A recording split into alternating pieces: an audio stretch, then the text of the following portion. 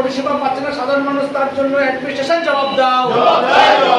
পৌরসভায় কোনো রকম পরিষেবা পাচ্ছে না, কোনো অ্যাডমিনিস্ট্রেশন জবাব দাও। জবাব চাই, জবাব দাও। কোনো রকম পরিষেবা পাচ্ছে না, কোনো অ্যাডমিনিস্ট্রেশন জবাব দাও। জনসাধারণের হেনস্থা মানছি না, মানবো না। পৌরসভায় সাধারণ মানুষের কাজ হচ্ছে না কেন, অ্যাডমিনিস্ট্রেশন জবাব দাও। পৌরসভায় এসে কাজ না পেয়ে সাধারণ নাগরিকের হেনস্থা হচ্ছে কেন, অ্যাডমিনিস্ট্রেশন জবাব দাও। নাগরিকের হেনস্থা মানবো না, সাধারণ নাগরিকের কোন হেনস্থা মানবো না। অ্যাডমিনিস্ট্রেশন জবাব দাও, অ্যাডমিনিস্ট্রেশন জবাব দাও। পৌরসভার কাজ এত বিলম্ব হচ্ছে কেন, অ্যাডমিনিস্ট্রেশন জবাব। অভিযোগ করছেন আপনারা? অভিযোগ হলো আমাদের মিউনিসিপ্যালিটির যে অ্যাডমিনিস্ট্রেশন বসিয়েছেন উনি দীর্ঘদিন ধরে আমাদের এলাকাবাসী বা সমস্ত উত্তরপাড়া যারা আছে কোনো সার্ভিস পাচ্ছেন না, উনি গ্রাহ্য করছেন না, অর্ধেক দিন থাকছেন, অর্ধেক দিন থাকছেন না। তো এখানে পরিষেবাটা তো দিতে হবে। আলটিমেট দেখা যাবে এখন পাবলিক যেটা ভাবছে যে এখানে এখন তো সরকার চেঞ্জ হয়েছে, তো সেই কারণে আমরা চাইছি না সরকারটা বদনাম হোক, যে কারণে আমরা এই আন্দোলনটা করছি। আন্দোলন ঠিক নয় এটা, যাতে পরিষেবাটা সবাই আগামী দিনে ভালো পায়, এইটুকুই বলে। আপনার নাম? তাপস দেব, উত্তরপাড়া প্রাক্তন সভাপতি, ভারতীয় জনতা পার্টি। দীর্ঘদিন ধরে মানুষের যে পরিষেবা এখানে ঠিক মতন পাচ্ছে না। অ্যাডমিনিস্ট্রেশন আজ আসছে কাল নেই, কোনো রকম মিউটেশনের কাজ হচ্ছে না, ডেথ সার্টিফিকেট বার্থ সার্টিফিকেট কোনো রকম ইস্যু হচ্ছে না। এই পরিস্থিতি যদি চলতে থাকে তাহলে সাধারণ মানুষরা যাবে কোথায়? মিউনিসিপ্যালিটির সামান্য ন্যূনতম পরিষেবাটুকু পাচ্ছে না মানুষ। এই অ্যাডমিনিস্ট্রেশনটা যদি এরমভাবে চলতে থাকে তাহলে সাধারণ মানুষ যাবে কোথায়? এতে সরকারটাকে বদনাম করার একটা পূর্ব পরিকল্পিত প্ল্যান চলছে একদম পুরো। এইভাবে চলতে থাকলে তো সাধারণ মানুষ এমনি ক্ষিপ্ত হয়েই যাবে। এখন আপনারা কি চাইছেন? আমরা চাইছি যাতে কোনোরকমভাবে এই অ্যাডমিনিস্ট্রেশনটা ভালো মতন আমাদের পৌরসভাটা চালাক, সাধারণ মানুষ যাতে সুষ্ঠুভাবে পরিষেবাটা পায়, সেটাই আমাদের দাবি। আপনার নাম? আমার নাম শুভজিৎ সরকার। আমাদের যে অ্যাডমিনিস্ট্রেশন এসছে এখানে, তো সে কোনোরকমভাবে কোনো কাজ করছে না। অ্যাকচুয়ালি মানুষ এমনকি কিছু মানুষ আসছে যারা সাইন করার জন্য, বার্থ সার্টিফিকেট বলুন বা যে কোনো জিনিসের জন্য অ্যাডমিনিস্ট্রেট করার জন্য আসছে, তারা এসে সেই সুবিধাটুকু পাচ্ছে না। অর্ধেক দিন তিনি থাকছেন, অর্ধেক দিন থাকছেন না। এমনকি রাস্তাঘাটে কিছু কিছু ক্ষেত্রে অনেক জায়গায় দেখা যাচ্ছে লাইট নেই, সেই লাইটের ব্যবস্থা পর্যন্ত তার কিছুভাবে দিতে পারছেন না তিনি। তো একটা তো মানুষের তো এত সরকার চেঞ্জ হয়েছে, তো সেক্ষেত্রে তো আমাদের করা উচিত, করা উচিত যে তাদেরকে পরিষেবাটা ঠিক করে দেওয়া, কিন্তু কোনোভাবেই সেই পরিষেবা আমরা নিজেরা পাচ্ছি না। আপনার নাম? শুভঙ্কর দাস। কি সমস্যা নিয়ে এসছেন আজকে এখানে? আমার বাড়ির পাশে একটা বাড়িতে গাছ, বট গাছ, বিশাল বট গাছ। সেই বট গাছটা যে মালিক, তাকে বলা হয়েছে কয়েকবারই, কোনো কেয়ার করে নেয়।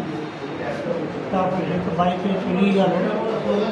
সেই গাছ সমুদ্রে বাড়তে থাকে।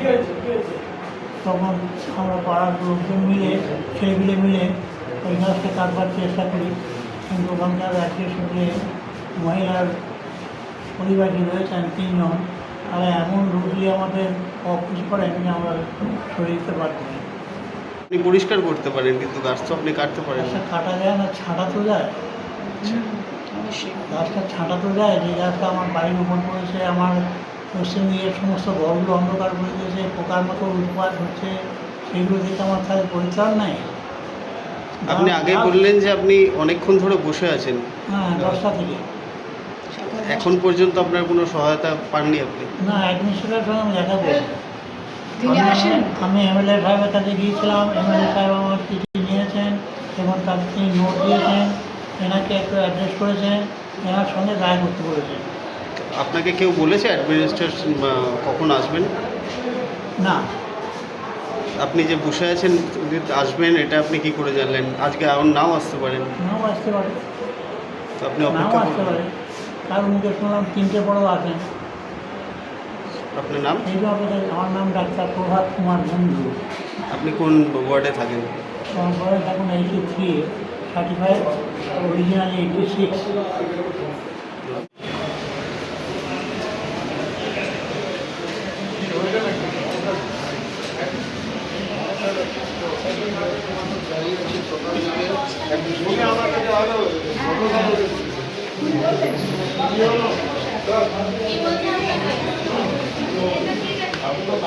একটু জায়গা দিয়ে দেবে, ঢুকে যাবে। আগে এমনি কম নেই। তো আর্ধেক দিন আছে না আমি দাও 10 টাকা টাকিয়েছে বলতে না ওনার বাইটও নেওয়া হয়েছে আমি বলেছি ক্যামেরাতে। আমি কালকেও পাঠিয়েছি ওনাকে, স্কুল পাঠিয়েছি, ছিল না, কালকে এসেছিলেন। না আপনি যান, একজন সিনিয়র সিটিজেন, আপনার কত 70-এর উপরে বয়স? Originally 86, certified 83। বাপরে, একজন 86 বছরের ভদ্রলোক, এবং এটা আমি নিজে আজকে শুনে এলাম। হ্যাঁ, এবং উনি পরশুদিন পাঠিয়েছিলাম, দেখা নেই, কালকে পাঠিয়েছিলেন, কালকে এসেছিলেন। তাহলে আপনি যান, নিশ্চয়ই দেখা, আজকে এসেছেন ও দেখা। এটা একটা বড় সমস্যা, এই যে অ্যাডমিনিস্ট্রেটিভ অফিসারকে নিয়ে আমরা সবাই না জেনে লেগেছি। ডুয়াল চার্জেস আছে, ডব্লিউবিসিএস ডুয়াল চার্জেস আছে, জানি। আপনি পাশের পূর্ণগড়ে যান মিউনিসিপ্যালিটিতে, যে অ্যাডমিনিস্ট্রেটিভ অফিসার আছে ওয়াসিউল্লাহ স্যার, ওনারও তো ডুয়াল চার্জেস। ওনাকেও সবসময় যে পাওয়া যায় তা নয়, কিন্তু ওনাকে পাওয়া যায় যখন উনি 100% কাজ করেন। ওনার সঙ্গে যোগাযোগ করলে 100% আউট অফ দ্য ওয়ে গিয়ে কাজ করেন, কারণ এখানে এন্ড অফ দ্য ডে আমরা মানুষের জন্য রয়েছি, মানুষ আমাদের জন্য নয়। দেখুন, আমি অনেকবার জানিয়েছি, এমনকি আমি গত শনিবার ডিএমের সঙ্গে দেখা করে ব্যক্তিগতভাবে ডিএমকে জানিয়েছি।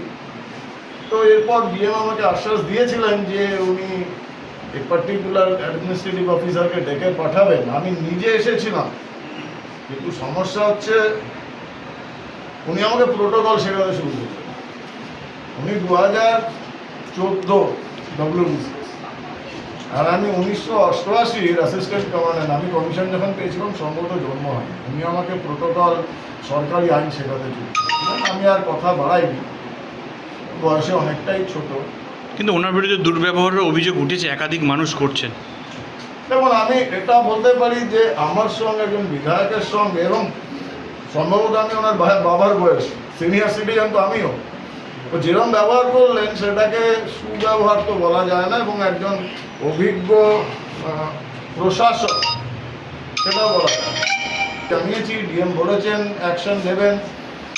তো আমি তো দেখছি আবার সেই অবস্থা, কারণ এই সপ্তাহতেও এই কমপ্লেন আমি আসছি। আমি শুনলাম যখন যে উনি ডাক্তারবাবু 86 বছর বয়স, দুদিন এসে 2-3 ঘন্টা এখানে বসে থেকে চলে যাচ্ছে। না, আই এম রিয়েলি সারপ্রাইজ যে এই উত্তরপাড়া বাকি অ্যাডমিনিস্ট্রেশন কী করছে। এখানে এক্সিকিউটিভ অফিসার হচ্ছে, তিনি কি করছেন?